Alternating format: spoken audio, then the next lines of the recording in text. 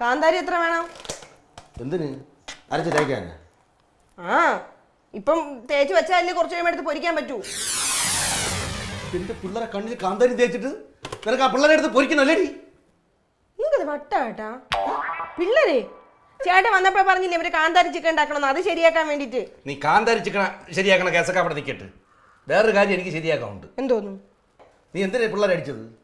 പിള്ളേരെ അടിക്കല്ല, മൂന്നെണ്ണത്തിനെ കൊണ്ട് ചവിട്ടി കൂട്ടാനാണ് എനിക്ക് തോന്നിയത്.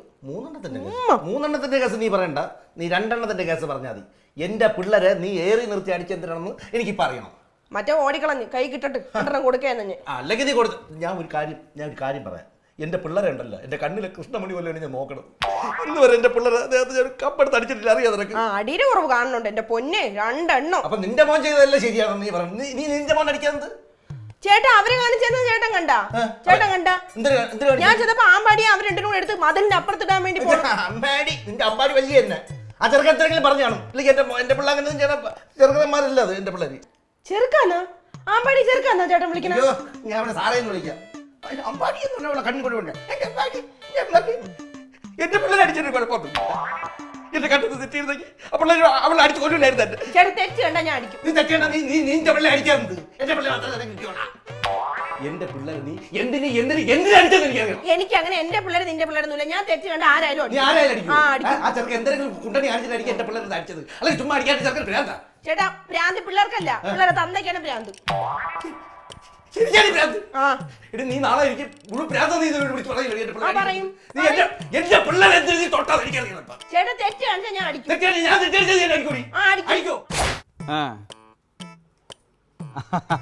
വീട്ടിലിന്ന് ഇവിടെ മൊത്തം ബഹളാണ്. ആ മറ്റേ അളിയനും ശിശിരകുമാർ, ആ അളിയൻ രണ്ട് പിള്ളേരും വന്നിട്ടുണ്ട്, അതിൻ്റെ ഒരു ബഹളം. അവിടെ ഒരു ബഹളം ഇപ്പോ ഇല്ലില്ല, അതിവിടെ പറഞ്ഞേ. ആ ശരി ശരി ശരി ശരി ശരി. ആ ഞാൻ വിളിക്കാം. ഓഫീസിൽ നിന്ന് സാറ് വിളിക്കണ്ട, ഞാൻ വിളിക്കാം. ആ ഓക്കെ. എനിക്കുണ്ടല്ലോ, എനിക്ക് തല ചൊറിഞ്ഞു വരാണ്. നല്ല വേനയാണ്, പോയി കുളിക്ക്.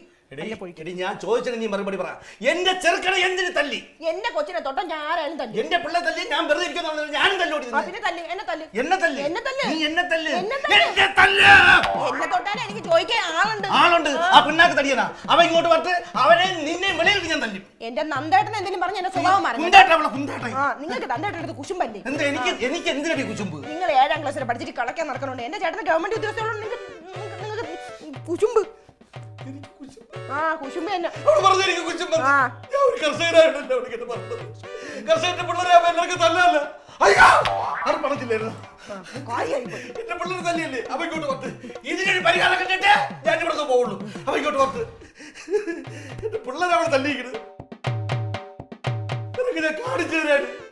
അയ്യോ എനിക്കങ്ങ് കാണണ്ട. ഇതല്ല നിന്നെ അവരെ ഞാൻ ഇവിടെ കാണിച്ചു തരുന്നത്. പിന്നെ കാണാം. ഞാൻ ആരാണെന്ന് നീ കാണും, ഞാൻ ആരാണ് നിങ്ങളും കാണും. കാണാം. എടീ ഇവിടെ സർക്കാർ ഉദ്യോഗസ്ഥനാണോ കൃഷിക്കാരനാണോ വലുതെന്ന് നിനക്ക് ഞാൻ കാണിച്ചു തരാം. ഓ ആയിക്കോട്ടെ. ജയ് ജവാൻ ജയ് ജയ് ഓളം. ആ അല്ല സാറേ, ഞാൻ നാളെ ആ ഫയലും കൊണ്ട് സെക്രട്ടേറിയറ്റിൽ പോയിട്ട് ഓഫീസിൽ വരും. ഓ ആ സാറേ, ഞാനൊരു 10 മിനിറ്റ് സാറേ, എപ്പോൾ തിരിച്ച് വിളിക്കാം. ഓ എന്തോ ഇവിടെ അകത്ത് എന്തോ കാര്യമായിട്ട് നടക്കണ്ടല്ലോ. അമ്പാടി